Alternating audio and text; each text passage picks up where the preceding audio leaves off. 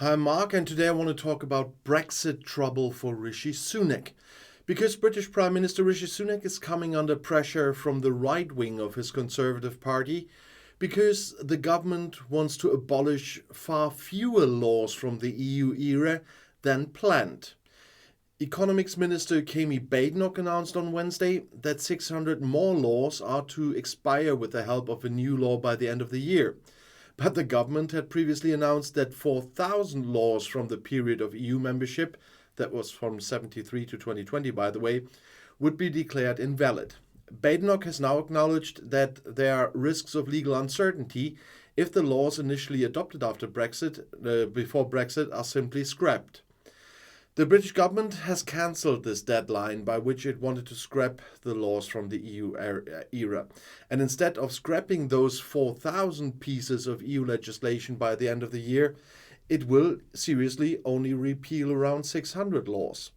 And now finally someone from the government says that there are legal uncertainties because of this.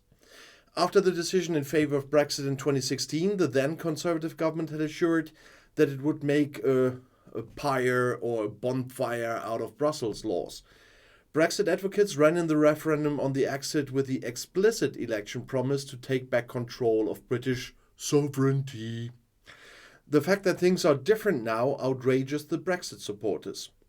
Unfortunately, the Prime Minister shredded his own promise and not the EU laws. That was tweeted by senior Tory MP Jacob Rees-Mogg, a leading ally of Sunak's predecessor Boris Johnson.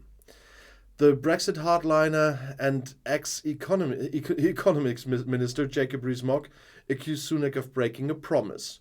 Instead, he decided to keep almost 90% of the existing EU laws. That's what he told the PA news agency. This is an admission of administrative failure and the inability of ministers to enforce this in their departments. And the Sun reporter Harry Cole, who's well connected in Tory circles, tweeted that a delegation of angry Brexiteer Tories wanted to complain to the responsible chief whip. Business Secretary Badenoch, or Economics Minister Badenoch, said on Wednesday the government had already repealed or reformed more than 1,000 EU laws since the UK's exit from the EU, when it took effect in 2020, but she will not abolish any law for its own sake. But critics, including numerous trade unions and associations, had warned that the project, also known as the bonfire, could create gaps in labour law, for example. The government had introduced a bill called the EU Retained Law Bill to Parliament. A clause known as the Sunset Clause provided that laws from the EU era were to become invalid at a stroke by the end of the year if they were not changed or explicitly retained by then.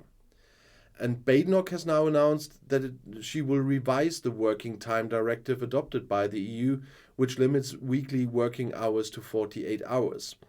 There should be less bureaucracy for companies when recording working hours. For employees, non-competition clauses in contracts should be restricted. But we already know the Brexit hardliners like JRM, Jacob Rees-Mogg. There's a lot going on the right edge of the Tory party, but some of JRM's allies are already history, like Andrew Bridgen. MP Andrew Bridgen was kicked out of the party after comparing COVID to the greatest crime since the Holocaust. But now he has found a new party. British MP Andrew Bridgen has joined the far-right Reclaim Party after being ousted from the ruling Conservative Party.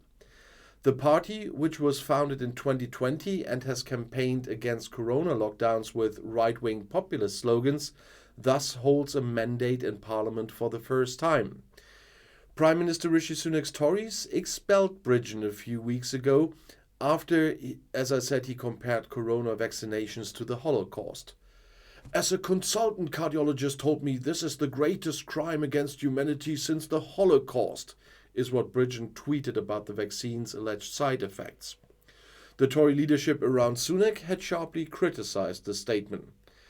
Bridgen, who has represented the central English constituency of North West Leicestershire in the House of Commons since 2010, repeatedly attracts attention with conspiracy theory statements especially about COVID vaccinations, and has been repeatedly reprimanded for them. The MP said Reclaim respects freedom of expression on the basis of every aspect of our democracy and our society. And it is on such people that Prime Minister Rishi Sunak still has to lean, which is why he even brought someone like Suella Braverman into his cabinet at the time, despite her resignation for her own misconduct. But I would also like to bring in a few current figures to classify the work of the current government before I forget it in future videos.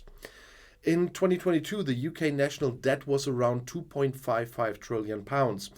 The UK public debt is forecast to be around 2.76 trillion in 23 and 3.44 trillion in 2028.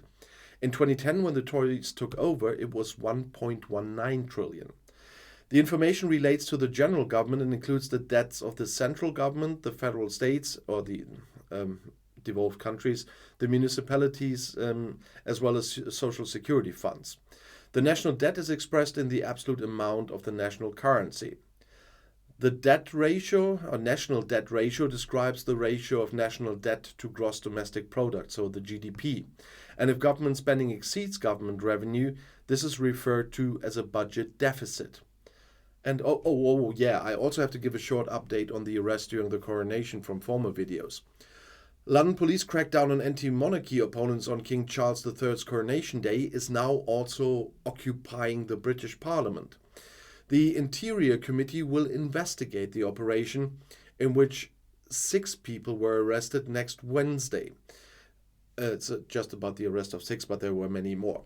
It's about the Metropolitan Police's approach to protest the practical implementation of a new controversial law on public order and the arrest of the demonstrators, it said on Wednesday. A list of witnesses is expected to be released in the coming days. I'm quite curious about that one. On Saturday morning, London police arrested the head of the anti-monarchy organisation Republic, Graham Smith, and 5 other activists of his group. Apparently, the basis was the Conservative government's new law, which allows police officers to intervene if they expect major disruptions to order order. The authorities released the activists after around 16 hours and said they regret the arrests.